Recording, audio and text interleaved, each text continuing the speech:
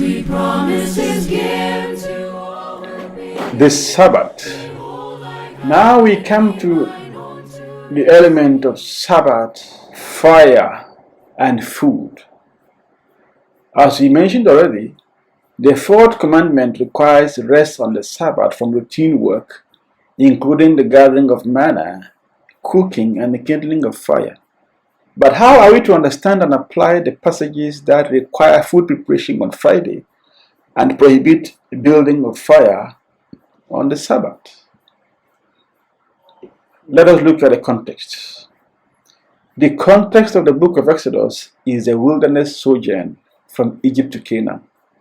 Certain commands may be seen to apply particularly to the wilderness sojourn and not to our time.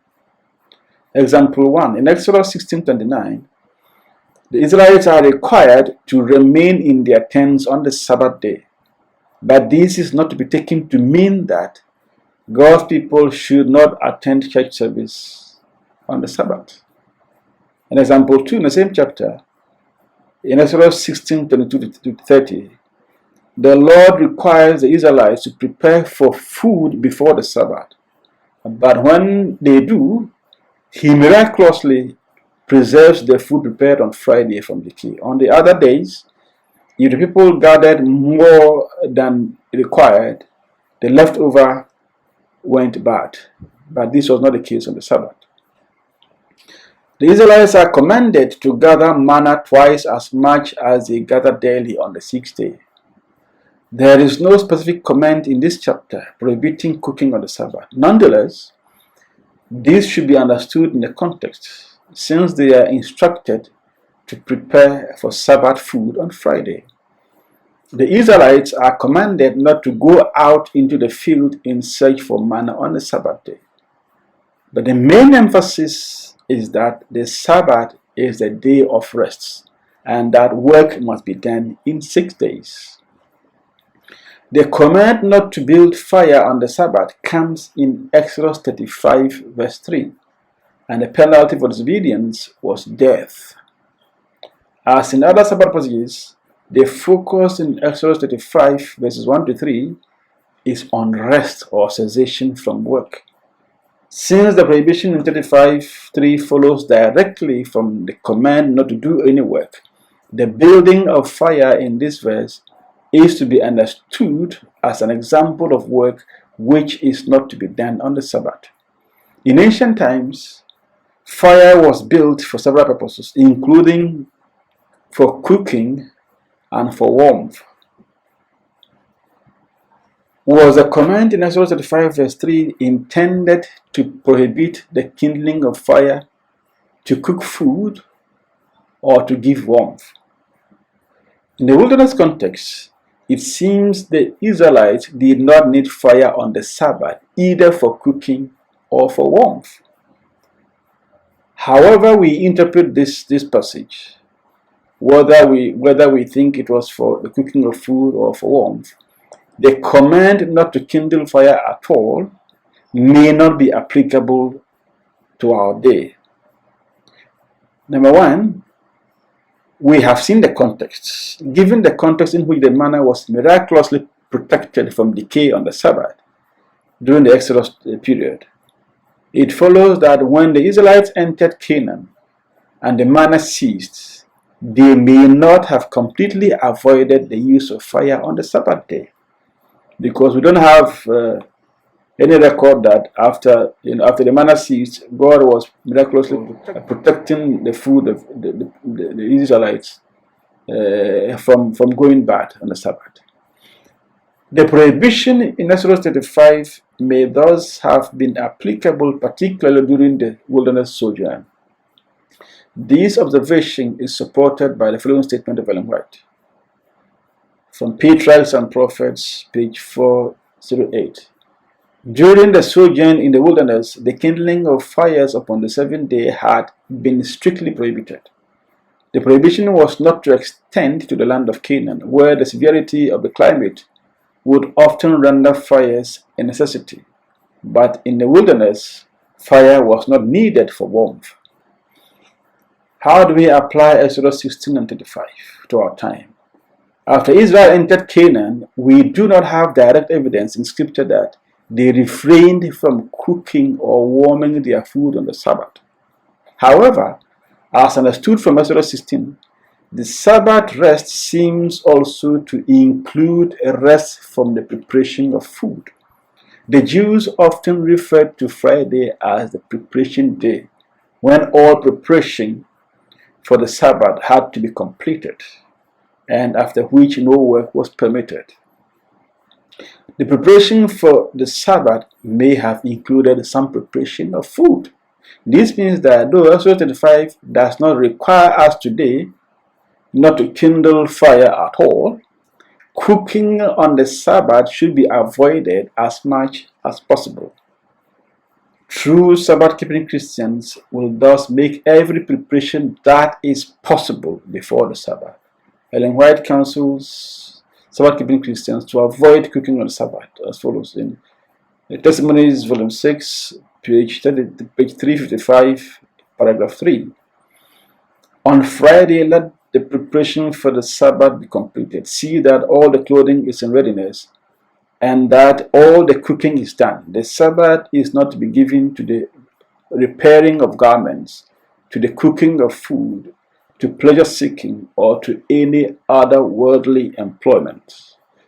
In another statement, she counsels that food already prepared on Friday could be warmed on the Sabbath. While cooking upon the Sabbath should be avoided, it is not necessary to eat cold food. So in cold weather, let the food prepared the day before be heated, and let the meals, though simple, be palatable and attractive. Provide something that will be regarded as a treat, something the family do not have every day. Testimonies, Volume 6, page 357, paragraph 3. These statements from Ellen White confirm the conclusion that while Sabbath cooking needs to be avoided, the prohibition in Exodus 35, verse 3, is not strictly applicable to our time. Now we come to some contemporary issues regarding the Sabbath. Some people have asked the question, can we log on to mass media on the Sabbath? I quote this passage, I quote this lines from the previous, the internet link I gave earlier on. When the sacred nature of the Sabbath is understood, all will seek to prevent intrusions into the holy hours by secular music, radio and video and television programs, and by newspapers, books and magazines, unquote.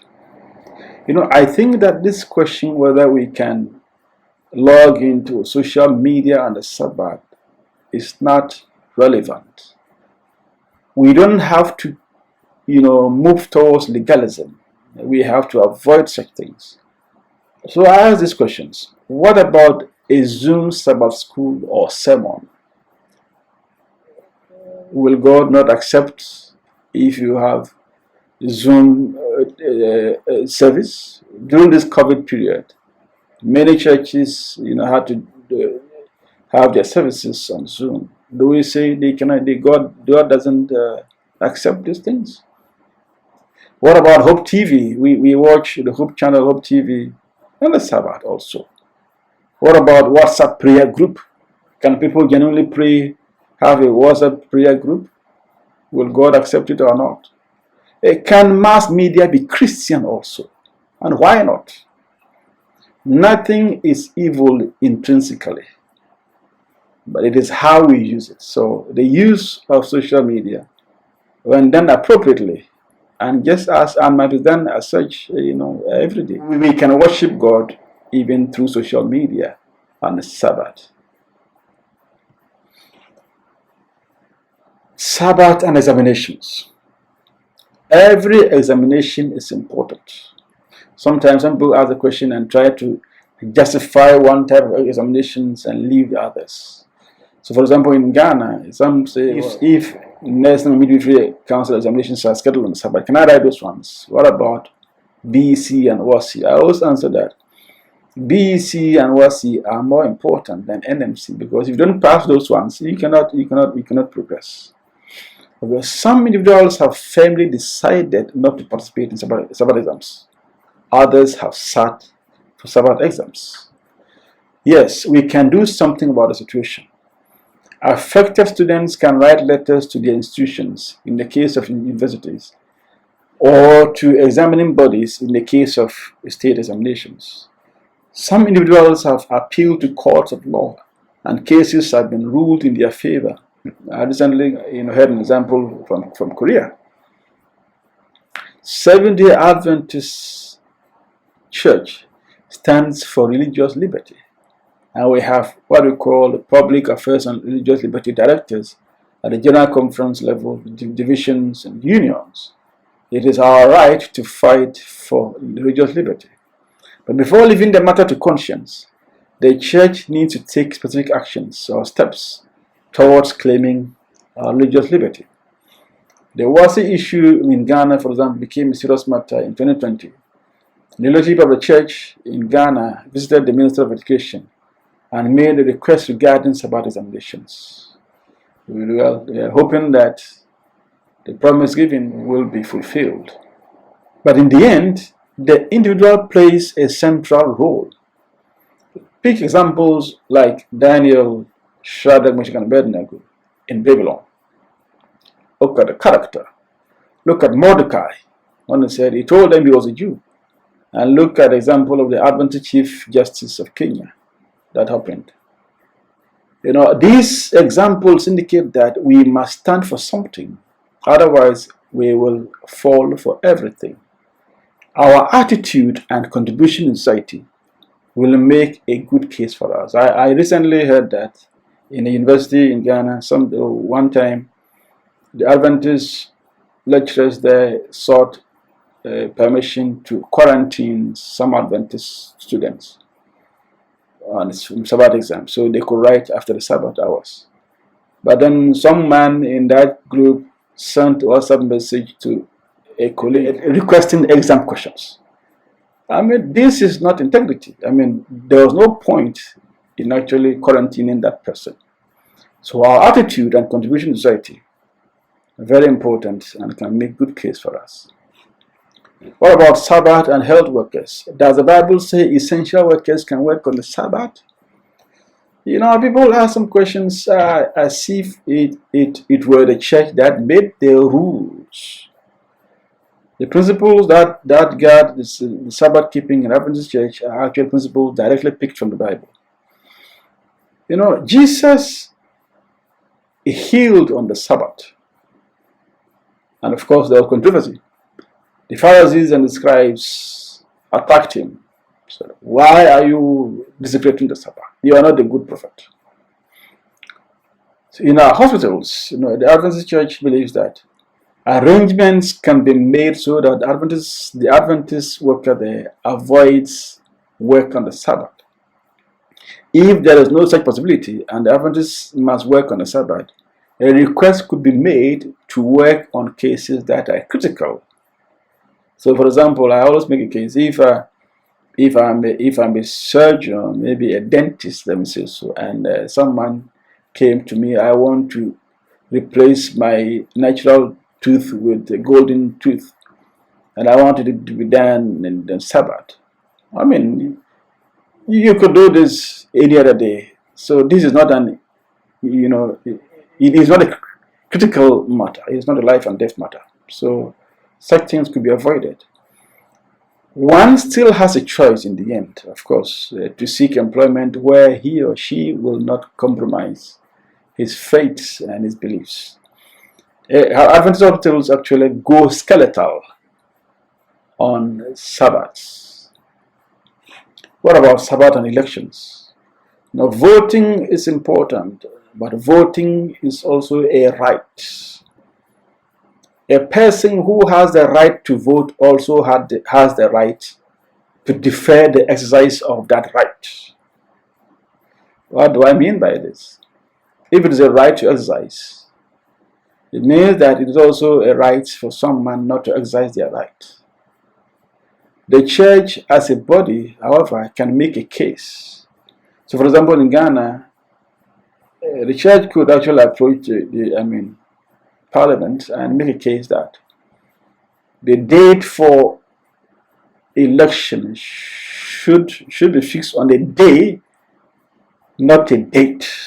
So, for example, if we say the first Wednesday of December of the election year, we know that it's going to be Wednesday all the time.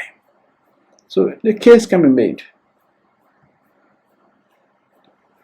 Now we come to the other topic.